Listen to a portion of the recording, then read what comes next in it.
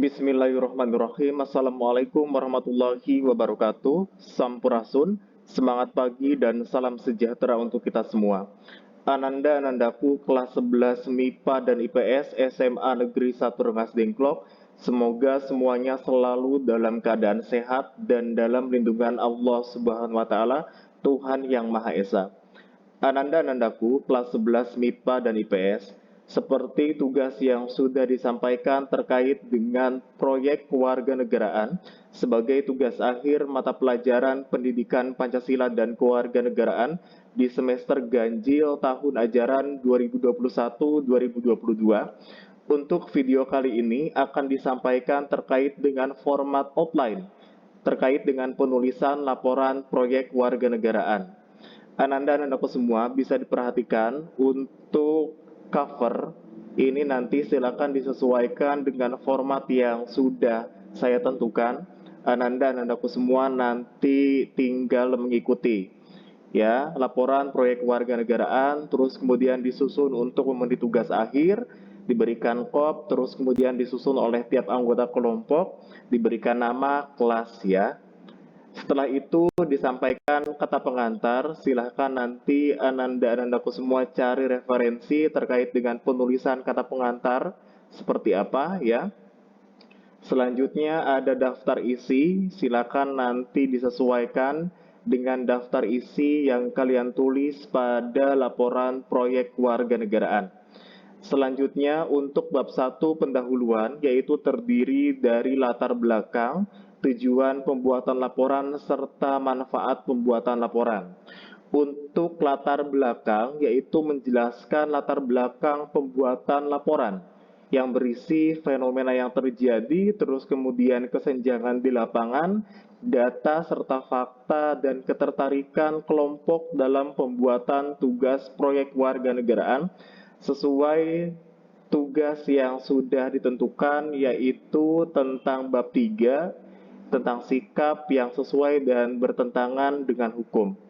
Kemudian yang kedua terkait dengan tujuan pembuatan laporan, yaitu untuk memenuhi tugas akhir mata pelajaran Pendidikan Pancasila dan Kewarganegaraan semester ganjil tahun ajaran 2021-2022. Kemudian untuk manfaat pembuatan laporan yaitu terkait dengan pelaksanaan bagaimana dapat memberikan manfaat bagi halayak umum, terutama di lingkungan keluarga, sekolah, masyarakat, berbangsa, dan bernegara.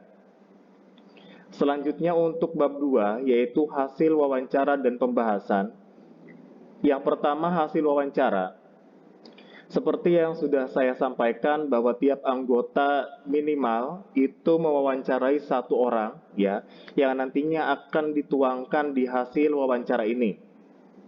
Dituliskan nama pewawancaranya siapa, terus kemudian nama narasumbernya siapa, alamat narasumbernya di mana, pertanyaan serta jawaban. Dengan pertanyaan yang sudah diinformasikan minimal 10 pertanyaan. Penulisan hasil wawancara disesuaikan dengan jumlah anggota kelompok. Kalau misalkan ada anggotanya 6 orang, berarti harus ada 6 hasil wawancara yang dimasukkan. Yang kedua terkait dengan pembahasan. Pembahasan berisi penjelasan secara rinci dari hasil wawancara yang telah dilakukan oleh anggota kelompok. Hasil pembahasan dapat dihubungkan dengan fakta serta data yang didapatkan, hasil riset anggota kelompok baik dari internet maupun kehidupan sehari-hari, kemudian diberikan analisis dari riset sederhana yang telah dilakukan. Ananda-anandaku semua, berdasarkan pertanyaan yang sudah diajukan dari hasil wawancara, kemudian di pembahasan tugas Ananda harus memberikan analisis terkait dengan wawancara yang telah dilakukan dari masing-masing anggota kelompok dengan minimal pembahasan sebanyak 10 paragraf. Kemudian di bab 3 atau penutup berisi kesimpulan dan saran. Kesimpulan yaitu berisi dari pembahasan yang telah dilakukan, kesimpulannya seperti apa, terus kemudian diberikan saran dari tiap-tiap anggota kelompok terkait dengan proyek kewarganegaraan yang telah dilakukan.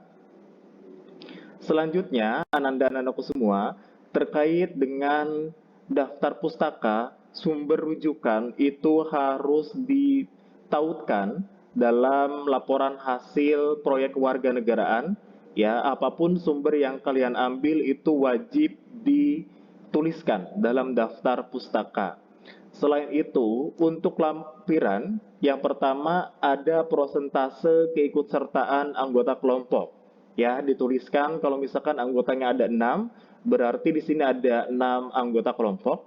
Saya contohkan misalkan Muhammad Adriansah dengan prosentase keikutsertaan 90%, dengan keterangannya misalkan menyelesaikan tugas proyek dengan baik hingga akhir, mudah dihubungi, terus kemudian aktif melakukan diskusi dengan anggota kelompok, dan lain sebagainya. Jadi setiap anggota kelompok harus dideskripsikan berapa prosentase keikutsertaannya dalam pembuatan proyek warga negara ini. Yang kedua, terkait dengan jurnal pelaksanaan proyek kewarganegaraan, setiap aktivitas yang Ananda lakukan wajib dituangkan dalam jurnal pelaksanaan proyek kewarganegaraan, disertakan hari tanggal, terus kemudian nama kegiatan yang dilakukan, serta keterangannya apa. Ya, kalau misalkan melakukan diskusi via WhatsApp, berarti keterangannya dituliskan. Selanjutnya, foto kegiatan ini wajib terlampir bagi semua anggota kelompok terkait dengan wawancara yang dilakukan. Misalkan gambar foto ini saya contohkan ada 2. Misalkan gambar 1.1 foto Adriansah bersama Ibu Nazwa. Gambar 1.2 misalkan foto Aura bersama Bapak Sulaiman. Begitupun sampai dengan jumlah kelompok. Saya harapkan Ananda-anandaku semua dapat melakukan wawancara lebih dari 1 narasumber sebagai bahan pembanding, nantinya bisa dilakukan analisis di hasil pembahasan. Kemudian Ananda-anandaku semua juga wajib untuk mengupload bukti ya dari uploadan Instagram terkait dengan proyek kewarganegaraan, dilampirkan hasil screenshot ya atau screen capture terkait dengan link Instagram juga dalam pembuatan proyek kewarganegaraan yang telah diupload. Jadi harus disertakan bukti upload ya, di screenshot terus kemudian disertakan link upload pada Instagram. Itu saja ananda-anandaku semua terkait dengan outline pembuatan proyek laporan produk ya kewarganegaraan. Semoga apa yang disampaikan dapat dipahami. Sekian, bila taufiq wal hidayah. Wassalamualaikum warahmatullahi wabarakatuh.